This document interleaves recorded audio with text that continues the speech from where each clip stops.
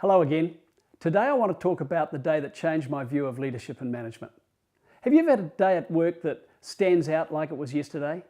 If you've seen some of my earlier videos, you'll know that I like to tell stories. And there's one experience in particular that changed the way I think about the roles of leaders and managers.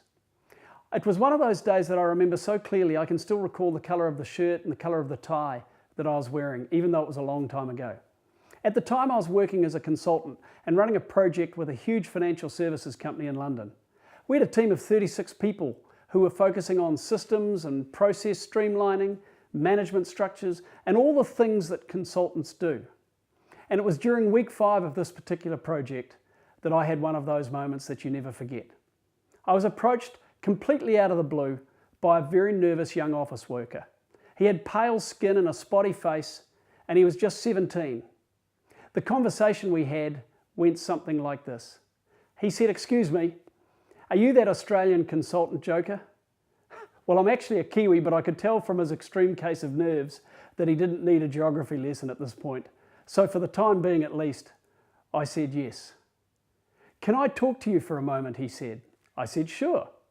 He was so nervous I decided to take control of the conversation myself, and I put out my hand and introduced myself and asked him his name. I said, "Hi, I'm Bruce." "And you are?" There was a bit of a pause and he said, "Charlie."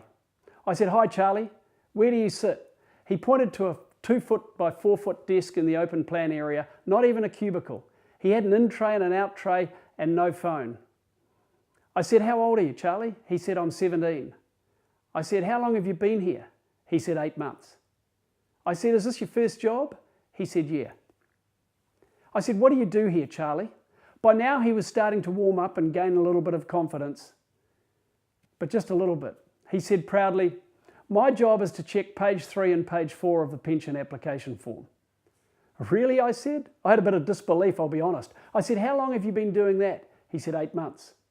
I said, "How are you going?" He said, "I'm going really well." I said, "How do you know?" He said, "I've never had one of my forms back." What Charlie didn't know was this place was such a mess, he could have mucked up every form. It would never have come back to him. But just think about this for a moment. What's wrong with this picture? He's doing a boring, repetitive task. He's been doing the same thing for 8 months without a change.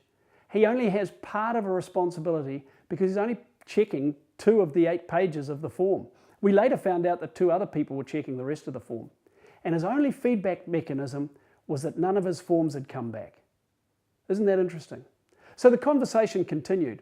I said, "Charlie, are you enjoying the role?" He said, "Yeah, I am."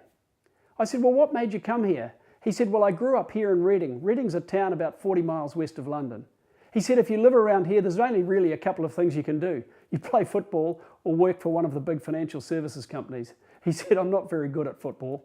So I said, "So this is it, huh?" "Yeah," he said. And then he used that very English term, a job for life.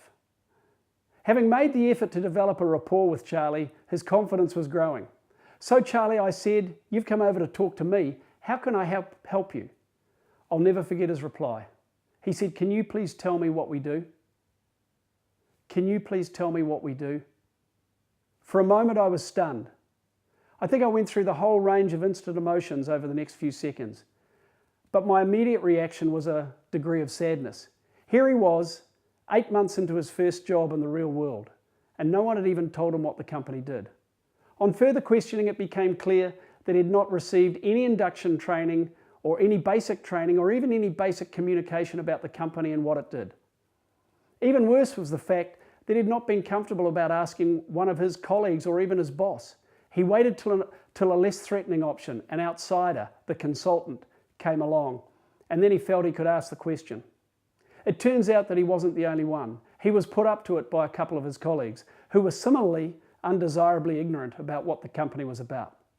My chat with Charlie remains a conversation that I'll never forget, but it's also a wonderful reminder of the obligations on us as leaders and as managers to give clarity to our people. Can you please tell me what we do? It should be the question that haunts every manager. Whatever it is that you're trying to achieve, you have to get that message about what you're trying to achieve to your people. Otherwise, they can't help you achieve it. So whatever you do this week, try going out to one of your teams and talking about your goals for the business and why the role that they are playing is important. And as always, get in touch with us at brucecotterill.com and let us know how you get on. Hey, thanks for watching. Have a great week.